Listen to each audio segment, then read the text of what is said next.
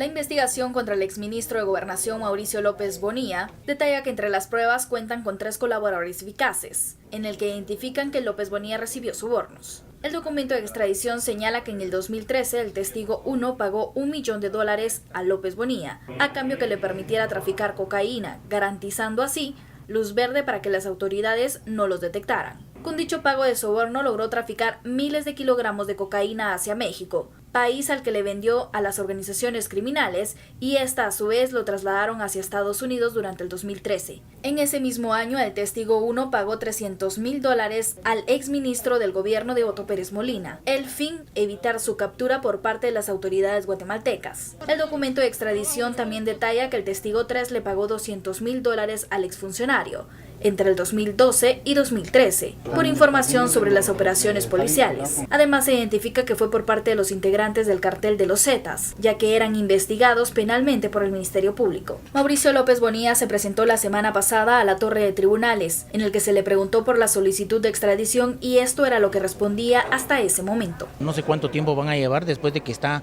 absolutamente politizado el tema de justicia y judicializada la política. Es un tema de mucho tiempo y aquí aún faltan muchísimas cosas por ocurrir. Esto yo no tengo ninguna información hasta el momento y no voy a hablar sobre algo que no conozco, ¿verdad? En actualidad, Estados Unidos ha requerido a 2 altos funcionarios del gobierno del Partido Patriota, la exvicemandataria Roxana Baldetti y ahora López Bonilla. Ambos deberán terminar los procesos penales que siguen en Guatemala para poder ser extraditados.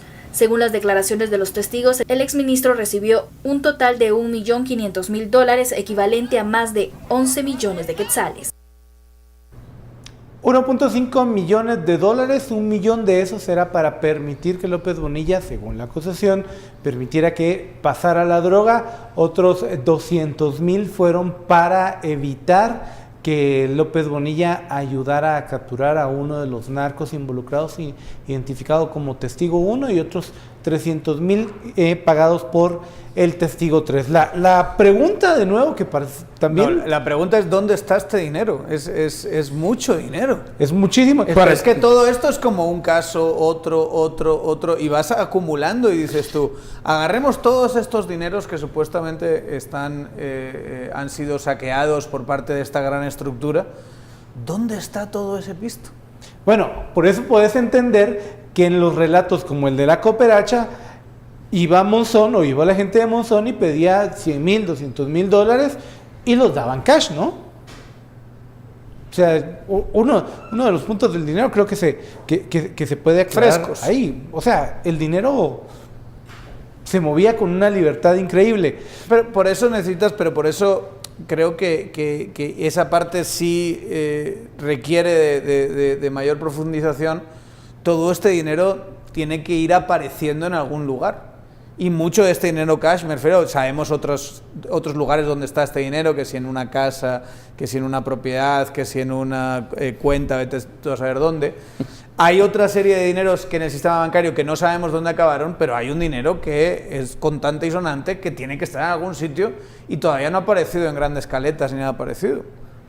O a quién se lo dieron, ¿verdad? Porque también aquí hay que seguir la huella del dinero, como decía, ¿quién era? Garganta Profunda decía que habría que seguir la huella del dinero para ver en dónde está, y esa sentencia es creo que no tiene tiempo, ¿verdad? Es siempre la huella del dinero, desde los papeles de Panamá hasta los grandes robos de dictadores. Ha sido siempre una de las grandes búsquedas la huella del dinero. 2 puntos interesantes. Uno, que es el mismo cartel por el cual acusan a Roxana Baldetti.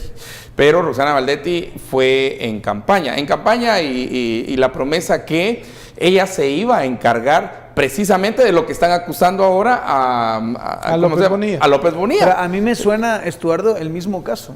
Porque sí, también me suena el mismo caso.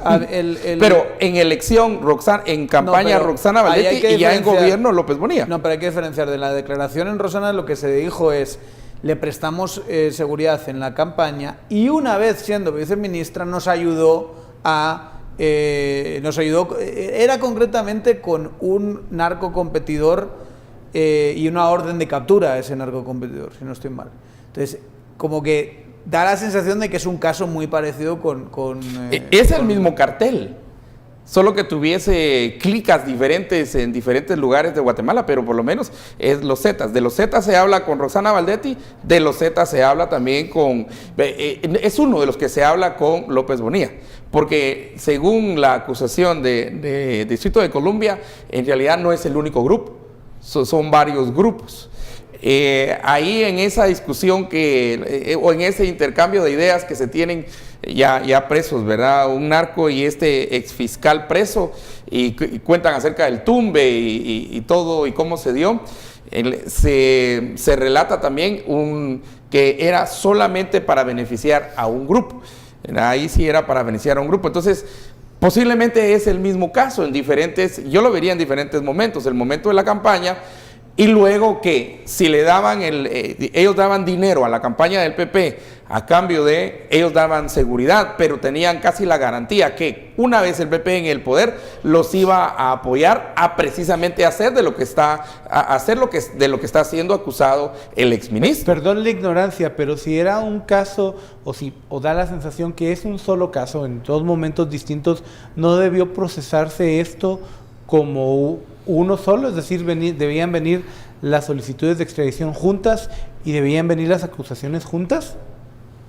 No necesariamente, por eso yo distingo los dos momentos, el momento de la campaña y la promesa que una vez en el poder, entonces se iba a hacer se iba a pagar eso, y la otra ya en el poder haciendo lo que según la acusación del Distrito de Columbia dice que el exministro hizo, que en todo caso habría sido la promesa de campaña.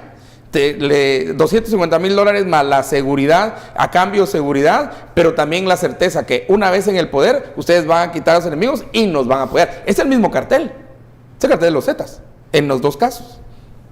Daniel, ¿ibas a hacer una reflexión ahí?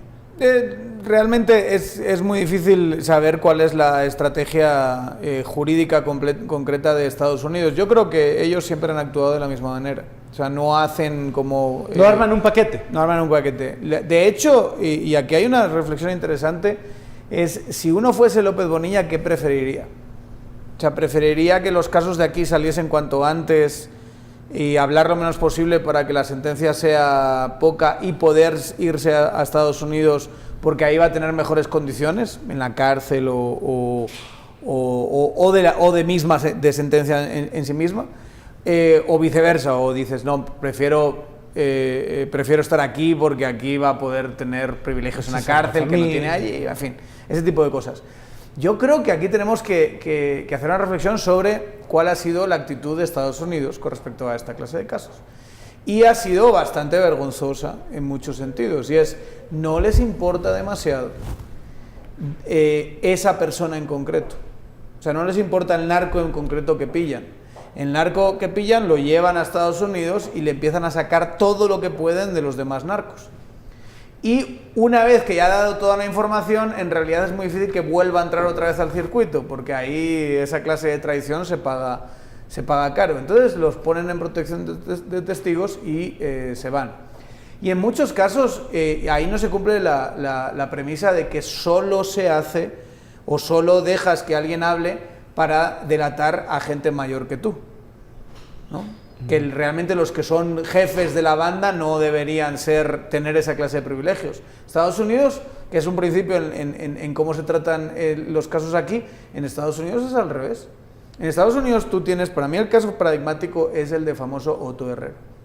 Otto Herrera era el narco, uno de los narcos más brillantes, si eso se puede decir, sanguinario, de la historia de Guatemala, pero era increíblemente habilidoso haciendo pactos con otros, generando estabilidad, aunque esto suene contradictorio a todo el sistema, entendiendo muy bien cómo funcionaba. Hay una anécdota, y es cuando es detenido una vez, los narcos mexicanos hacen todos cooperacha para sacarlo de la cárcel, porque era muy importante para el sistema. Más narco, más importante que ese, es difícil encontrarse en Guatemala. Bueno, lo llevan a Estados Unidos, ¿y cuál ha sido la sentencia que ha cumplido? Apenas 6-7 años. Y esa persona ya está en su casa, seguramente viendo Guatevisión en estos momentos sin ningún tipo de problema. Sería un interesante análisis traer a Otto Herrera para hablar de... Y él, si alguien te puede hablar de cómo funciona el narco en Guatemala, sería él. Él obviamente delató a otros narcos. ¿Para qué? Para mantener esta maquinita de la DEA de yo detengo, me llevo a la gente, me dicen, me dan información para yo tener al año siguiente todo el listado de detenciones. Y al final el problema del narcotráfico, el problema de las drogas, sigue sin ser solucionado, ni aquí ni en Estados Unidos. Al final la política tiene la lógica que tiene. Sí, pero aún ahí la pregunta sería, ¿en realidad se quiere solucionar el problema de las drogas?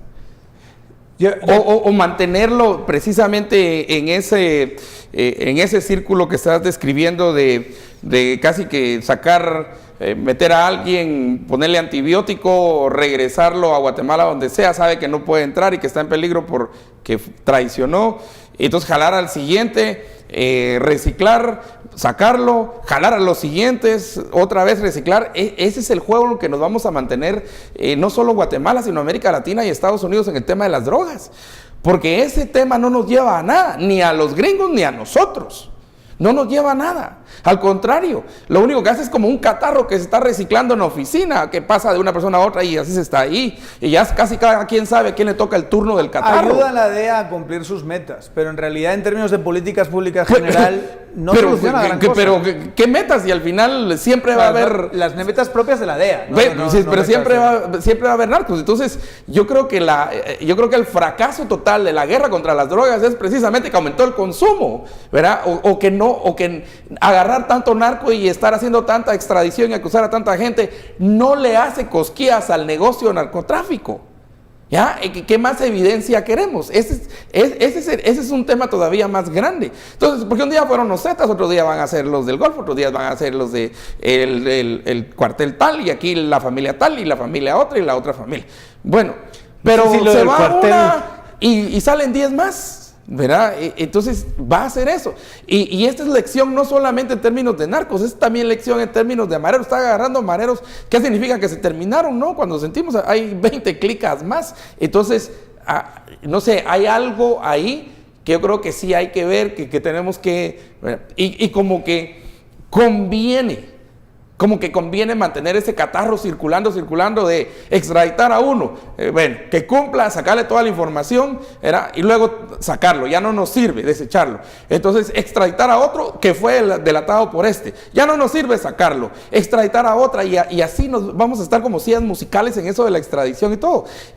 No sé, ahí siento una frustración enorme porque no hay ningún avance en la guerra contra las drogas. ¿Pero qué pasa? ¿Que ves intereses ahí de mantener el sistema, o ves la lógica de las instituciones que ya se dedican a eso? Exacto. Y no van a decir, ahí estás. Mucha, no me cierren el chiringuito, yo esto lo tengo que seguir operando de alguna manera, tengo un presupuesto, tengo objetivos, tengo personal, tengo todo esto, y al final voy a seguir haciéndolo hasta que me cierren, y por favor no me cierren. O sea, la respuesta en monosílabos a las preguntas que planteaba Estuardo es sí. Sí. Bueno, tenemos que hacer un corte. Acompáñenos en la conversación, #SF Narcoministro aquí en Sin Filtro. Cuando regresemos vamos a escuchar de voz de un propio narco cómo, según él, funcionaba Mauricio López Bonilla. Son declaraciones que dio la semana pasada a nuestra compañera Verónica Orantes, y vamos a escuchar también inmediatamente la defensa del señor López Bonilla. Vamos a un corte aquí en Sin Filtro.